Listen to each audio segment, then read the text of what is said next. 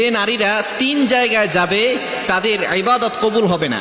আমরা অনেক ইবাদত করি, নামাজ পড়ি, আল্লাহ তাআলাকে স্যাটিসফাই করার জন্য অনেক ইবাদত করি, অনেকে ডোনেশন করছে, অনেকে হজ করছি, যাকাত দিচ্ছে, একমাত্র আল্লাহ তাআলাকে সন্তুষ্ট করার জন্য, ইবাদত কবুল হওয়ার জন্য।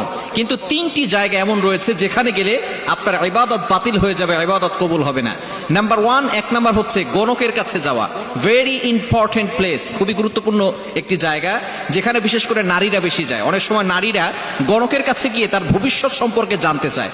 যদি কোনো ব্যক্তি গণকের কথা বিশ্বাস করে তাহলে তার ঈমান থাকবে না। যে ব্যক্তি বিশ্বাস করবে এবং যে বলবে উভয়ের ঈমান নষ্ট হয়ে যাবে। এবং ঈমান হচ্ছে খুবই দামি জিনিস। যখন আপনি গণকের কাছে যাবেন এবং গণকের কথা আপনি বিশ্বাস করবেন তখন আপনি শিরকের পর্যায়ে চলে যাবেন, কেননা আপনি আল্লাহ তাআলার সাথে অন্য কাউকে অংশীদার করছেন। যেটা আল্লাহ তাআলা একমাত্র পারেন, এটা দুনিয়ার আর কেউ পারে না।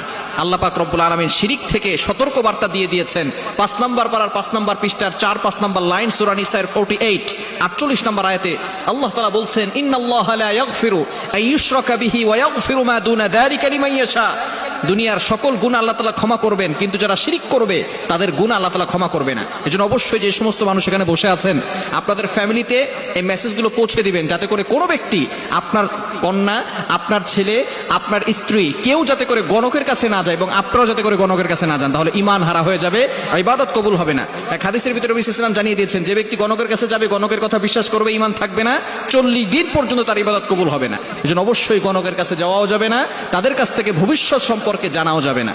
Number one. নাম্বার টু, দ্বিতীয় নাম্বার হচ্ছে টিয়া পাখি এবং হাতের রেখা দিয়ে যারা ভাগ্য নির্ধারণ করে তাদের কাছে যাওয়া যাবে না। অনেকেই আছে টিয়া পাখি দিয়ে তারপরে ভাগ্য নির্ধারণ করে, এরকম কিছু মানুষ সমাজে আছে না নাই? মনে রাখবেন, একমাত্র আল্লাহ তাআলা হচ্ছেন সবকিছুর মালিক। আল্লাহ তাআলার কাছে আপনি চাইবেন। অনেক সময় মাজারেও কিন্তু যাওয়া হয়, মাজারে গিয়ে বাবার কাছে চায়, কবরে সিজদা দেয়। খবরদার, এটা কখনো করবেন না। আল্লাহ তাআলার সাথে কাউকে অংশীদার করবেন না। এই জন্য সতর্ক থাকতে হবে। টিয়া পাখি দিয়ে অথবা হাতের রেখা দিয়ে যারা ভাগ্য নির্ধারণ করে তাদের কাছে যাওয়া যাবে না। তাহলে এক নাম্বার হচ্ছে গণকের কাছে যাওয়া যাবে না। দ্বিতীয় নাম্বার হচ্ছে টিয়া পাখি এবং হাতের রেখা দিয়ে যারা ভাগ্য নির্ধারণ করে তাদের কাছে যাওয়া যাবে না। এই সমস্ত জায়গায় গেলে ঈমান থাকবে না। নাম্বার থ্রি, তৃতীয় নাম্বার হচ্ছে মোস্ট ইম্পর্টেন্ট, সেটা হচ্ছে হিন্দুদের মেলায়, হিন্দুদের পূজায় যাওয়া যাবে না। আপনার বাবাকে যদি কেউ অপমান করার জন্য অনুষ্ঠান করে সেখানে কি আপনি যাবেন? আপনার বাবাকে অপমান করার জন্য যদি কেউ অনুষ্ঠান করে সেখানে আপনি যাবেন? তো আপনার রবকে যেখানে অপমান করার জন্য অনুষ্ঠান করা হচ্ছে, তারা মূর্তির পূজা করছে, অথচ আল্লাহ হলেন সবকিছুর সৃষ্টিকর্তা, আল্লাহ তাআলাকে অপমান করা হচ্ছে, আপনি সেখানে কিভাবে যান? অনেক মহিলারা আছে তারা এই কাজটা বেশি করে, হিন্দুদের মেলায় যায়, হিন্দুদের পূজায় যায়। যখন তাদের পূজা শুরু হয় সেখানে মেলা হয়, সেই মেলায় যায়। খবরদার, এখানে গিয়ে আপনার ঈমানকে নষ্ট করবেন না। বলেন, আমরা তো হুজুর পূজা করার জন্য যাচ্ছি না। পূজা করার জন্য নয়, সেখানে গেলেই আপনার ঈমান হারা হওয়ার সম্ভাবনা আছে।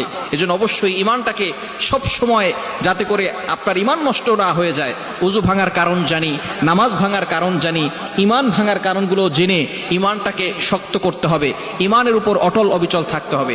এজন্য এই তিনটি জায়গায় আমরা যাব না, তাহলে ঈমান নষ্ট হয়ে যাবে, আমাদের ইবাদতগুলো কবুল হবে না। আল্লাহ তাআলা আমাদের সকলকে এই বিষয়গুলো বুঝার তৌফিক দান করেন।